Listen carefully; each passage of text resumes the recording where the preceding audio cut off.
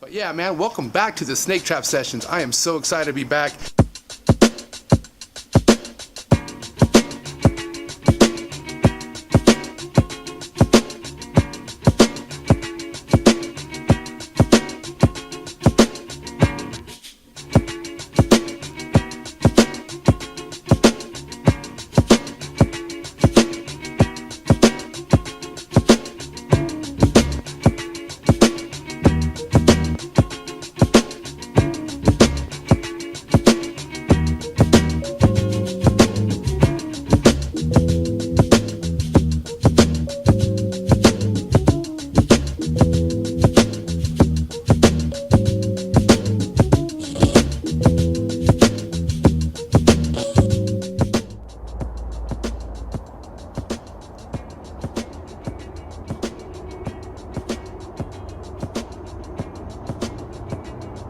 Where am I?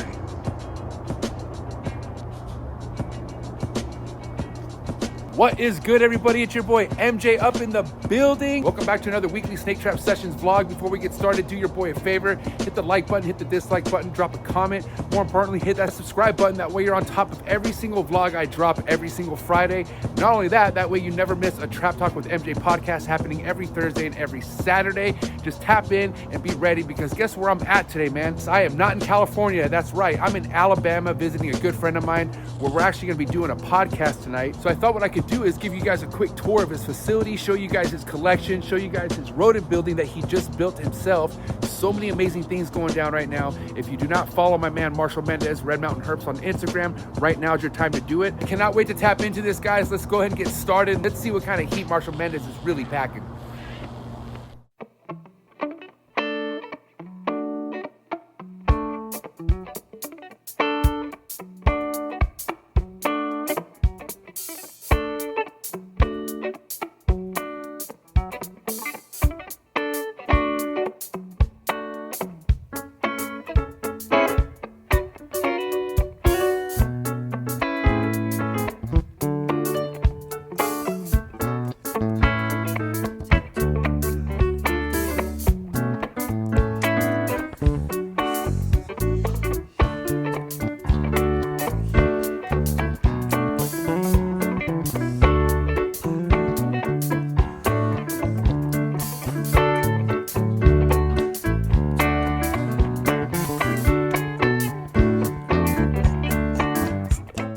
Man, Marcial Mendez. What is good, Marcial? What's up? Dude, I gotta say, I love your facility, bro. This is probably one of the sickest facilities I've ever walked in, and Thanks, it's a part of your house. Yeah, it's nice having everything nice and right there. So right now we are in what part of your room? So this is where this is the ball python wall. Most of the ball pythons are here, babies, last year and this year. So you work with a bunch of different stuff, which I'm super excited to show all my viewers exactly what you work with. Since we're in the ball python section now, why don't you show us some of your most favorite productions of this year? Sure, show you something from last year. Cinnamon, clown, het, ultramel. My ball pythons are either centered around clown or ultramel, or both.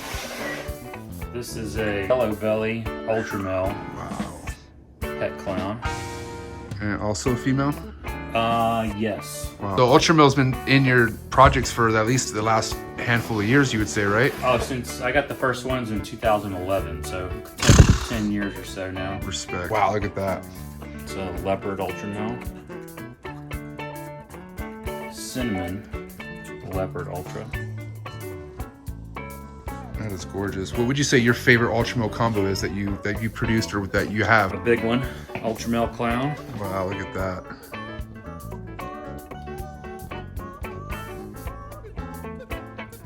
And this was born this year? Or Yeah, this is just a few weeks old. Pastel, yellow belly, leopard ultramel. Jeez, that is fire. The ring The rest of these are just kind of, more of the same. Other ultramel clowns, one's a little smaller. How many ultramel clowns have you produced at this point?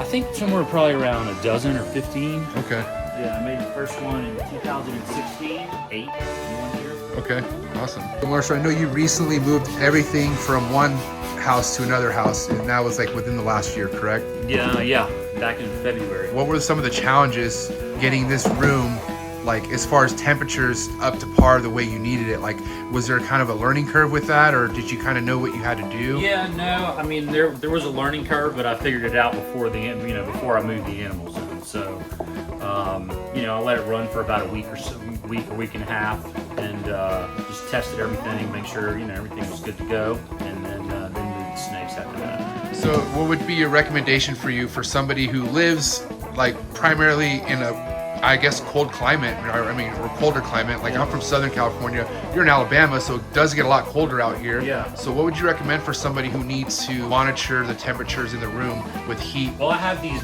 Bluetooth sensors that are all over the house or all over the room, and they're you can just check on your phone.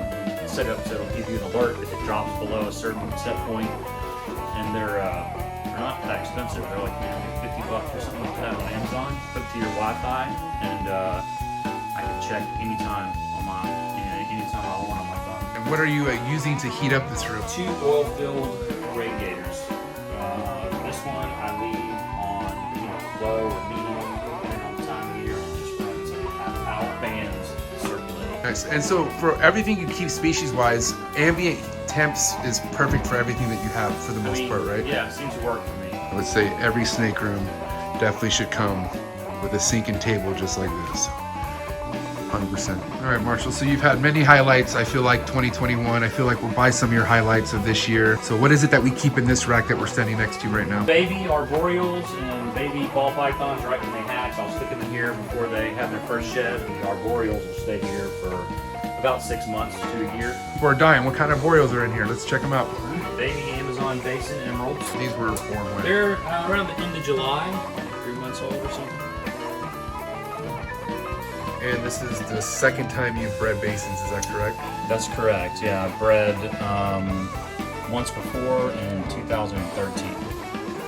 I've had some other, cross litters or hybrid litters born in between those years, but that was the only other time for Basins. Like out of these 12, I think I have 3 that are still being a pain. I don't really remember, chondros, sometimes there's just some that you're never going to get to. But these guys seem to be a little bit, they're easier. You just throw a live popper in there and it disappears if it's E-speed or anything like that. So other than Basins, you also have some chondro hatchlings in here, correct? They're clutch mates, 66% possible offset.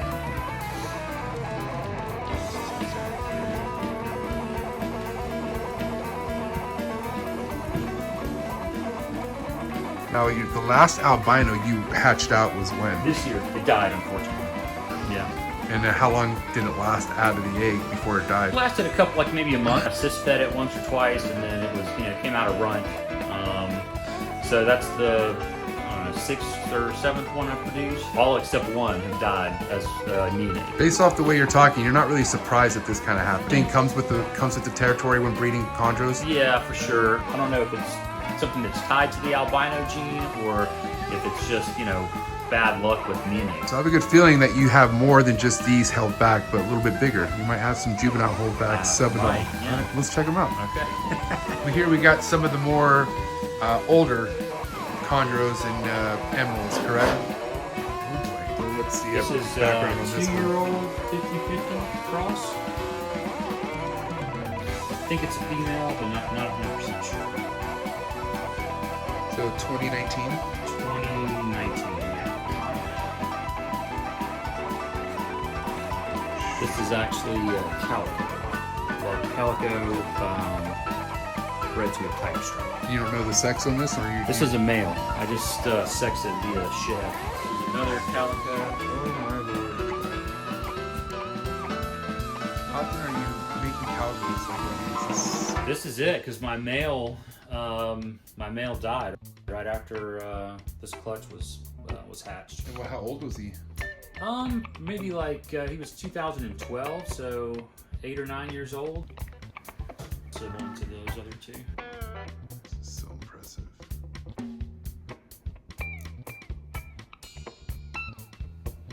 This one's actually another Versace line. Jeez. Starting to turn blue, get some nice blue on the face and the head. I paired him up with this female last night. Saw a little bit of cuddling this morning, but hopefully we'll see how they progress over the next couple weeks. He's got this weird yellow raised scale that he's had since he was a wow, baby. look at that. I didn't even notice that. Yeah. I want to pop it. It looks like a tick. Like the first time I saw it, I was like, dude, that's got a tick on it. And it says like, is it kind of like jelly or like no, firm? It's just like it's pretty firm. This is another Versace daughter. This one is another Versace line, you said? Yeah. And she's bred before, correct? She is. Another Versace.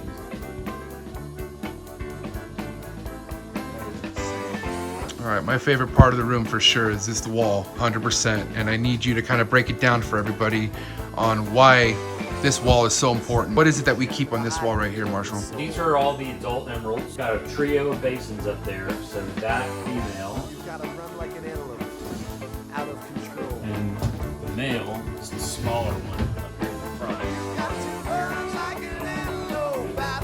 So this female and this sire here. Right. And then the one in the background there is Herp. And has she dropped anything for you at all? Or is No, she she's first year.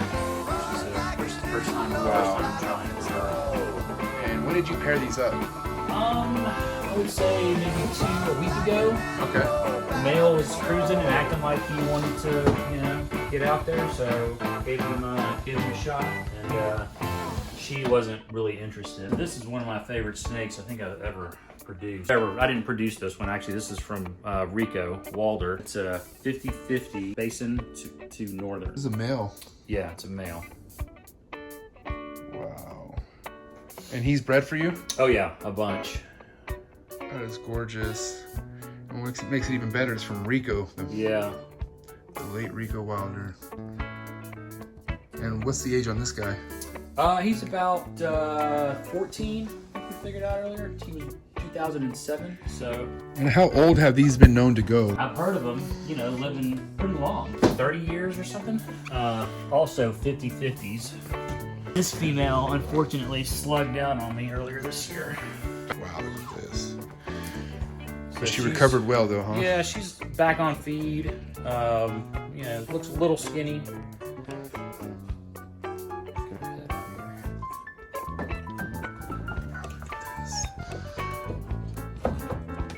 These are 50-50s, you said, Marshall? Yes, that one and the one next to her are 50-50. I personally would like to give a tour of Marshall's rodent building that he built himself, which I think is very player, but this is where he breeds his own rats and mice. Very cool. Freedom breeder in the building, where he has his mice colonies going, he has rat colony going, everything you need to breed rats. Got the Missouri feed. Oh, you know MJ's here. You wanna know how MJ's in the building? Right there. That's how you know MJ's in the building. As many of you know, breeding and raising rodents is no walk in the park. This is where the real grind is at when it comes to keeping and breeding reptiles. So anyone who's out there breeding their own rats and doing it at this level, respect, because this is the real deal shit when it comes to breeding your own rodents. All right, guys, that is a wrap for this week's Snake Trap Session Vlogs. Please, if this was your first time tapping in, I hope you enjoyed it. But please hit that subscribe button, hit that like button, hit that dislike button.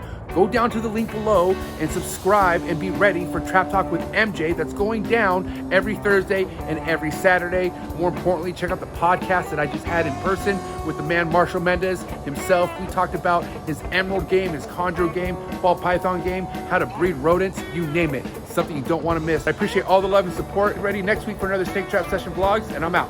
Cheers.